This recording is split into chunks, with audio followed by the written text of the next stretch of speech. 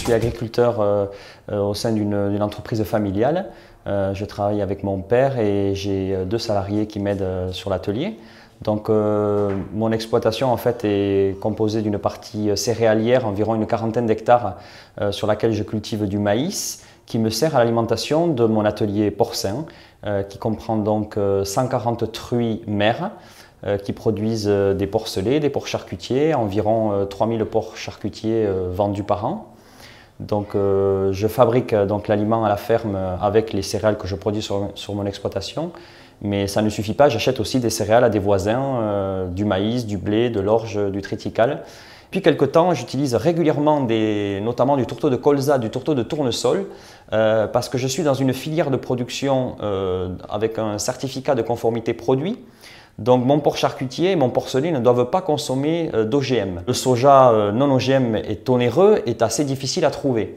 Donc j'utilise maintenant régulièrement depuis 2 ans du tourteau de tournesol et du tourteau de colza. Je les utilise de manière importante et en plus ils m'amènent, ce que le soja amène moins, ils m'amènent des fibres dans l'aliment qui permet d'avoir un meilleur statut sanitaire des animaux, enfin surtout moins de problèmes de transit digestif. Voilà, donc ça m'aide aussi sur le plan sanitaire, on va dire. Je les utilise environ maintenant à hauteur de 15% pour la partie tourteau de colza dans l'aliment du porc charcutier. En aliment finition. Je débute déjà en donnant au porcelet depuis tout petit. J'en mets aussi dans l'aliment des truies, du tourteau de colza et du tourteau de tournesol. Alors le tournesol m'amène des fibres, pour les truies c'est nécessaire pour qu'elles aient un bon transit et qu'elles ne soient pas constipées. La contrepartie de l'utilisation de tourteaux différents du tourteau de soja, c'est qu'il a fallu que je m'équipe de cellules supplémentaires. Parce que jusqu'à là, je n'avais qu'une cellule pour la partie protéine. Donc quand j'ai rénové ma fabrique d'aliments, j'avais pensé à l'évolution un petit peu de mes approvisionnements et donc j'ai monté 2 cellules supplémentaires. Une pour le tourteau de tournesol, pareil pour pouvoir recevoir 25 tonnes en une fois.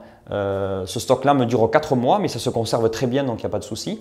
Et une autre pour le tourteau de colza. Sur la qualité des coproduits qui sont livrés, c'est vraiment quelque chose de très stable. Alors je serais intéressé pour utiliser d'autres coproduits, notamment des coproduits de la filière éthanol, puisqu'on a une usine qui est en place ici sur Lac. Pour pouvoir utiliser ces produits, j'aurais besoin déjà qu'ils fassent des rencontres techniques avec des producteurs ou avec des responsables professionnels pour nous présenter leurs produits. Pour faire un vrai partenariat, c'est-à-dire qu'il faut que pour eux, ça soit une vraie collaboration, qu'ils trouvent un débouché pour leurs coproduits et que nous, on trouve un intérêt à les utiliser. Donc il faut qu'ils mettent en place une filière de manière durable, avec des quantités constantes, pour qu'on puisse avoir du produit tout au long de l'année, parce que nous, on fait des formules, on ne change pas tous les 2 mois. Donc avoir du produit sûr, avoir du produit que l'on peut conserver longtemps sur l'élevage, c'est surtout ça qui me fait peur parce que les coproduits, on n'en met pas beaucoup dans les formules. Si on va avoir des prix intéressants, il faut quand même faire des tonnages importants.